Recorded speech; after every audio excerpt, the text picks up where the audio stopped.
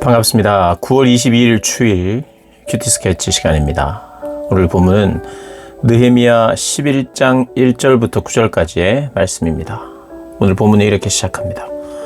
백성의 지도자들은 예루살렘에 거주하였고 그 남은 백성은 제비 뽑아 10분의 1은 거룩한 성 예루살렘에서 거주하게 하고 그 10분의 9는 다른 성읍에 거주하게 하였으며 예루살렘에 거주하기를 자원하는 모든 자를 위하여 백성들이 복을 빌었느니라.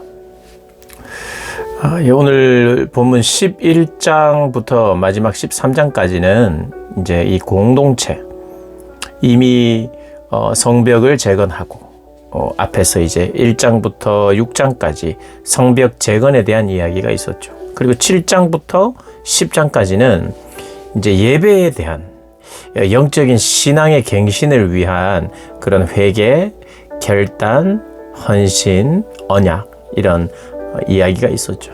이제 11장부터 마지막 13장까지는 이제 공동체가 어떻게 조직되는지 공동체 조직에 대해서 이야기를 합니다. 어디서 살게 되고 또 누가 살게 되고 뭐 이런 이야기들이 있죠. 그런데 그런 구분과 그런 이야기 속에 또 하나님이 담아 놓으신 진리가 있죠. 교훈이 있죠. 오늘 그것을 살펴보겠습니다. 먼저 예루살렘 이 성전과 이 성벽을 다 건축하고 나서 이제 귀환한 사람들이 정착을 해서 살 곳을 이제 서로 정합니다. 근데 오늘 본문 1절 2절을 보면 예루살렘, 거룩한 성 예루살렘, 거기에 거주하는 게 영광이잖아요, 사실. 누구든 거기를 거주하기를 원하고, 지금도 예루살렘에 유대인들은 뭐 이슬람도 그렇지만 거기 와서 어쨌든 살고 싶어 합니다. 그리고 그 예루살렘 성전을 중심으로 그곳에서 묻히기를 원해요. 그런데 예루살렘, 여기서도 거룩한 성 예루살렘 하면 누구나 있기를 원하는 곳인가 라고 했을 때 오늘 본문은 적어도 누구나 있기를 원하는 곳은 아니다. 왜냐하면 폐허가 되었고 아직 안전하지 못한 곳이고 이제 새롭게 사람들이 많이 모여서 살아야 되는데 이제 살기 시작하는, 누군가는 약간은 희생을 감수하면서 살아야 되는, 누군가는 먼저 그곳을 좀 지켜야 되는, 물론 나중에는 거룩한 성 예루살렘으로 하나님의 임재의 상징인 곳, 그것이 회복되는 곳으로 너무 중요한 곳이죠. 그래서 어떤 이들은 좀 불안과 위험을 감수해서라도 있고 싶은 자들이 있었던 것 같아요. 그러니 오늘 본문에도 자발적으로 그곳에 있기를 원하는 사람, 그러니까 자발적으로 전부 다 원하는 곳은 자발적으로 있어라 그런 게 아니죠. 자발적으로 모두가 있고 싶은데 자발적으로 나는 포기하겠습니다 하는 게 자발적이죠. 그러니까 자발적으로 예루살렘에 남기를 원한다 그랬을 때는 모든 사람이 예루살렘에 남기를 원하지 않는 대부분의 사람이 그런 거죠.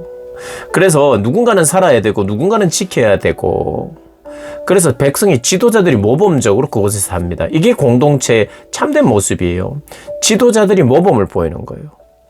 그래서 백성의 지도자들은 예루살렘에 거주하였고 안전을 확보하는 것을 내려놓는 거예요. 불편을 감수하는 거죠.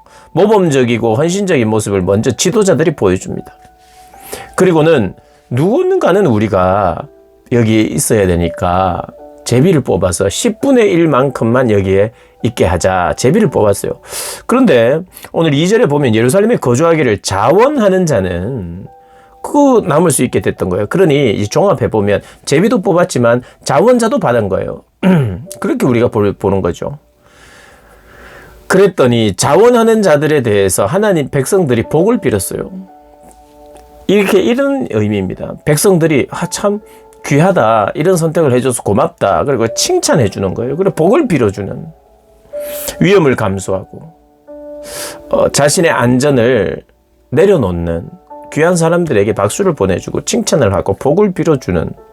그래서 공동체 조직을 이야기할 때 내가 어떤 자리에 어디에서 살고 어떤 위치에 있어야 되는지를 할 때 먼저 힘든 일을 내가 하겠습니다 라고 하는 이런 모범적인 그런 사례가 이 공동체의 기본이 되고 있다는 걸 보여줘요.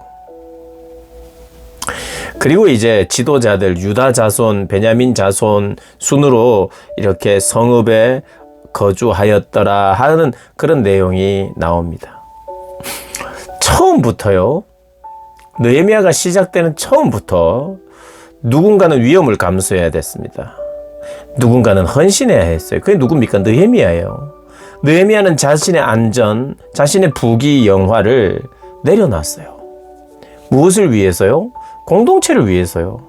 그러니까 누군가는 타인의 안전을 위하여 나의 안전을 포기하고 내려놓는 일을 시작했어요. 그리고 느헤미야뿐만 아니라 같이 귀환했던 공동체도 마찬가지입니다. 그 중에서 누군가는 더 헌신해야 돼요.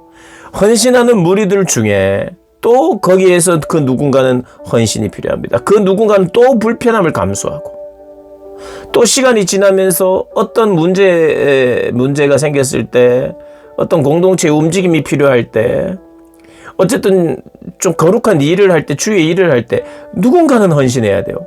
근데 이것이 우리의 삶에 계속해서 끊임없이 나타납니다. 모든 사람들이 어떤 순간에 헌신을 멈추거나 내가 불편함을 감수하겠습니다라는 그러한 고백이 끊어지는 때는 없습니다. 오늘 느헤미야서를 보면 누군가는 또 헌신하고 또 헌신하고 성벽을 짓기 위하여 헌신하고 또 헌신하고 너무 힘들고 포기하고 싶을 때 또 헌신하는 또 나는 누군가를 위하여 불편함을 감수하는 일들이 계속되고 있어요. 그러니 여기 자원하는 사람이 있죠. 오늘 본문의 특징은 이겁니다. 누군가는 계속해서 불편을 감수하면서 땀을 흘리기를 감수하면서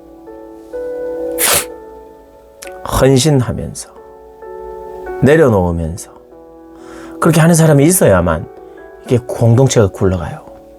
우리 교회도 그렇지 않습니까? 교회에 어떤 부서가 있으면 그 부서가 돌아가기 위해서 저 같은 경우 우리 고등부가 있으면 그 고등부가 돌아가기 위해서는 누군가는 선생님들 중에 누군가는 헌신해야 되고 또 헌신해야 되고 또 감수해야 되고 기쁨과 보람으로 자원해야 되고 이런 일들이 공동체가 돌아가기 위해서는 교회 공동체가 돌아가기 위해서는 계속됩니다. 언젠가는 이렇게 좀 그렇게 하지 않고 돌아갈 수 있지 않을까? 그런 일은 없는 것 같아요. 오늘 본문도 그걸 보여줍니다. 그런데 자원하는 일들, 백성의 지도자들이 앞서서 하고 있다는 것입니다. 모두가 자원할 수 없으니 제비도 뽑아야 되는 것 같아요. 이 제비는 의무인 것 같아요. 내가 뽑힌 거에 대해서 하나님 나에게 원하시는구나 하고 그것을 받아들이는 제비 뽑혀가지고 이게 무슨 재수없는 일이 나에게 벌어졌느냐 이게 아니라 이것이 하나님의 뜻인 줄 알고 어떤 이들은 담담하게 내가 자원하고 하고 싶지만 그러나 하나님의 뜻을 한번 기다려보자. 하나님의 뜻에 의해서 내가 제비 뽑히면 그래 이번에 하나님 열심히 하라는 거구나 하고 또 아니면 또 아닌 대로 하나님께 또 감사하고 또 제비를 뽑았는데도 내가 안 걸렸으면 그럼에도 불구하고 나에게 자원함과 열정이 있으면 또 자원하고 이런 일들이 공동체 안에 특징적으로 나타나야 합니다. 물론 그것은 하나님의 은혜가 부어져야 되죠. 그러니 은혜가 부어져서 자발적인 게 생기고 모범적으로 헌신하는 것이 생기고 이런 일들이 그 불편함을 감수하는 일들이 생기고 또 은혜가 부어지고 자발적이고 그러나 때로는 의무적으로 제비가 뽑히면 내가 의무적으로 하는 그런 일들이 어우러진 곳이 교회 공동체고 또 그리스도를 믿는 그리스도를 따르는 공동체의 특징이라는 것입니다. 이것은요 변하지 않을 것입니다. 그 불편함을 감수하고 헌신하는 일을 하신 적이 있습니까? 한두 번 하고 말았습니까? 계속 하고 있습니까? 근데 그것이 억지로가 아니라 부어진 은혜 때문에 하고 계십니까? 그것이 누가 보라고 체면 때문에 하는 것입니까? 보지 않아도 하나님의 은혜 때문에 하는 것입니까? 때로는 의무적으로 의무감이 있어서 하기도 하십니까? 그게 필요해요. 의무감도 필요하고요.